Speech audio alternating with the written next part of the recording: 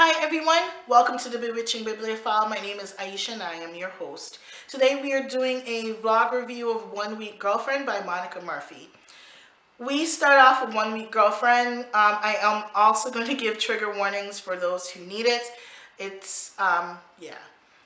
So we start off by meeting Drew, who is desperate to hire our fabulous waitress, Fable, who works at a sports bar in a local town. She's a townie, and he is a future NFL player at the college. He's, local football star.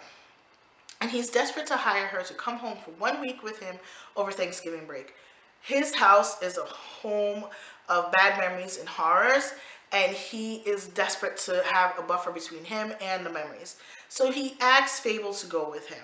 Fable, a local townie who has a bit of a reputation, some of it justly deserved, the rest of it not. She gets kind of a bit of a reputation because, guys lie. Um, and she gets picked up by Drew, and he gives her an offer she can't refuse. And she's beyond curious as to why he would hire her instead of, finding someone who would gladly go with him. And he tells her he wants little complications. As we go along, she makes a comparison to Pretty Woman, and they laugh and they joke about it. But she's also kind of hating him because she hates the feeling that he makes. She hates the way he makes her feel. He both confuses her, and she's angry at him because he's one of those guys. At least that's what she thinks. And we just go from there. We get home and we meet Drew's family, and we can totally see why he needs a buffer. His stepmom is batshit crazy. His dad is like super obsessed with his son following his footsteps. And poor Drew is just trying to keep his head straight, trying to reach for his goal of being in the NFL. He's a good guy through and through. He's got good grades. He doesn't play with girls. He keeps his head down. And as we go along, we discover why he does that, because it's the best thing to do. It's the easiest way to keep from getting in trouble, and trouble is one thing he wants to avoid. He hates the feeling of being guilty. Fable herself comes from just a screwed up family. Her mom is a town alcoholic and a little bit of she's a little easy, to put it nicely. She flits around from boyfriend to boyfriend, and because of her reputation, um, and her lack of mothering skills, Fable has earned that bit of a reputation as well. Fable has a younger brother, Owen, which is why she took the job, because the money that she would earn from being the 1 week fake girlfriend would give her enough cushion for her and Owen to have, she wanted to take her brother out on a date. Like, not a date, but, you and your siblings go out and hang out. She'd been so stressed working as a waitress, making barely minimum wage, and very little tips, working. This money would make a difference in her life. So this book is all about that week, and we discover some seriously disgusting secrets about Drew's family. We do learn that he's had a tragedy in the family, and it's just the Thanksgiving is just, yeah, very, very stressful. I liked the way the characters were written, how they were very well rounded. Their flaws were there. They weren't fake. At least the way I read them, they weren't fake. I liked the way they were written. They were flawed. They like to cuss too much. Fable was trying to get her brother not to cuss, but she cusses. She has a vice of smoking. Whenever she's stressed, she like smokes a pack a year. But just the 1 week, she's been there for 2 days and she's finished half the pack. Like, the family there is different. And as because she's a townie and they're a little wealthier, the parents kind of make her feel like she's not worthwhile.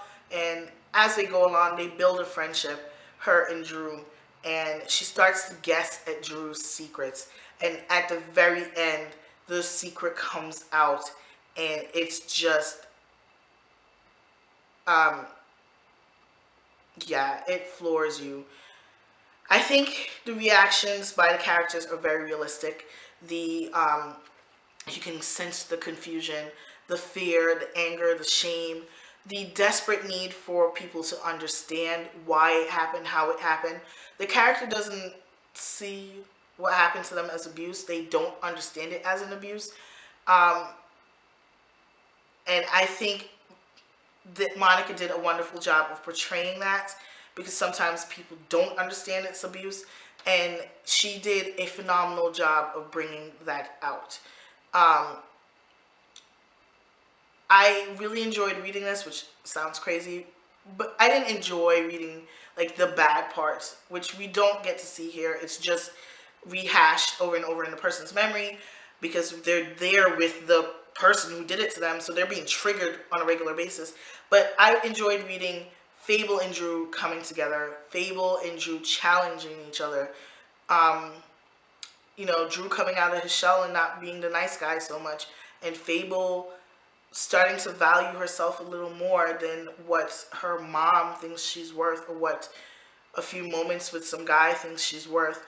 She's starting to value herself for herself, and I enjoyed reading the growth of the characters here.